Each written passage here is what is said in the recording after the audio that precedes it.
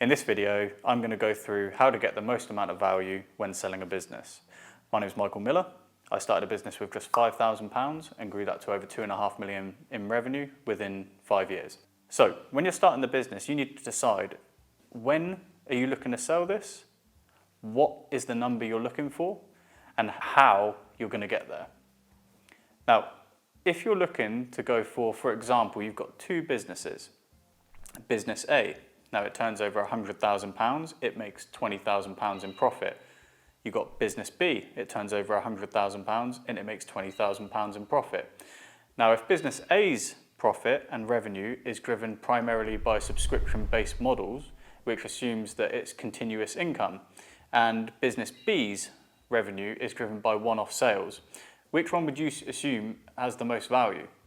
Now, it's clearly going to be business A because this is a recurring model stream, and that tends to sell between 7 to 10 times earnings. So let's assume the £20,000 as an example. That means this business is likely valued between £140,000 to £200,000, whereas business B is probably going to be sitting at a value of about £55,000 to £75,000, usually a 2.5 to 3 times ratio. Now, you don't have to actually just go for one model. You can have a mix of both. So for example, my business, we have about 50% of one-off customers, and then we have a good split of 50% of recurring customers. Now, these recurring customers, when valued when selling the company, will have a higher valuation, probably around a 5 to 7 times ratio for a business of my size, whereas the one-off customers will sell for between 3 and 4 times that. So there is a vast difference. Now, you can mix these up.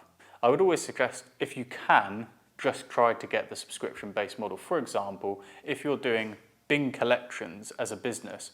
Now, the reality is most of these are not going to be one-off collections. They're going to be contracted, and in the waste industry, it tends to range between 24 to 36-month contracts. So let's say you start a business model like this, and you land 1,000 of these contracts with that average value and that average profit value for yourself of £360 per contract.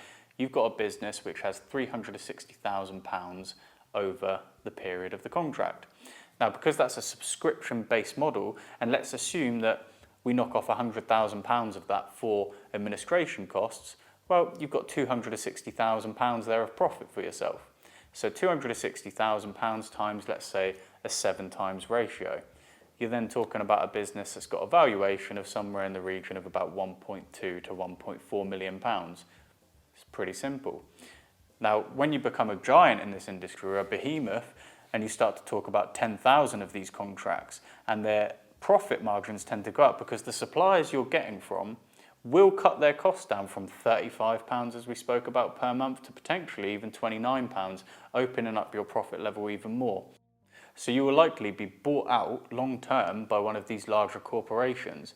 And if it's a really good, solid business model with a good team that doesn't need you to be hands-on within this business, then they'll pay even more.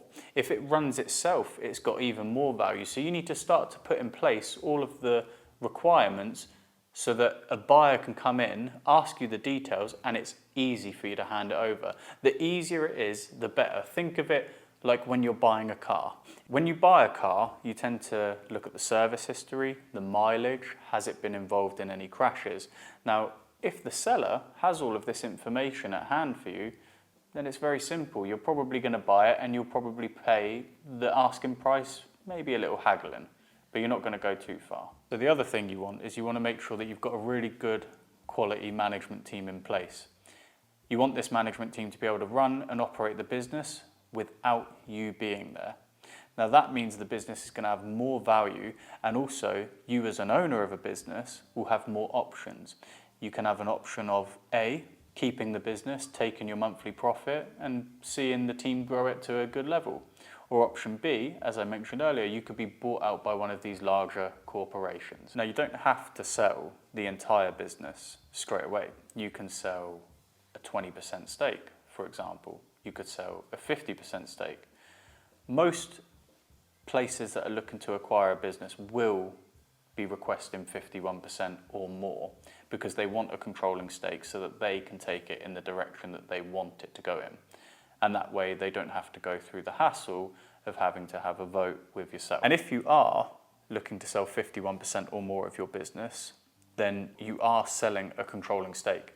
So you need to make sure that you have an airtight shareholders agreement. A shareholders agreement essentially are the laws of the company that the company has to abide to, and it cannot be changed unless you have a vote. So each shareholder would have to vote, and you can put in there that it requires 75% vote to pass. So if you sell 51%, you essentially have the lead vote to kill any changes within that agreement.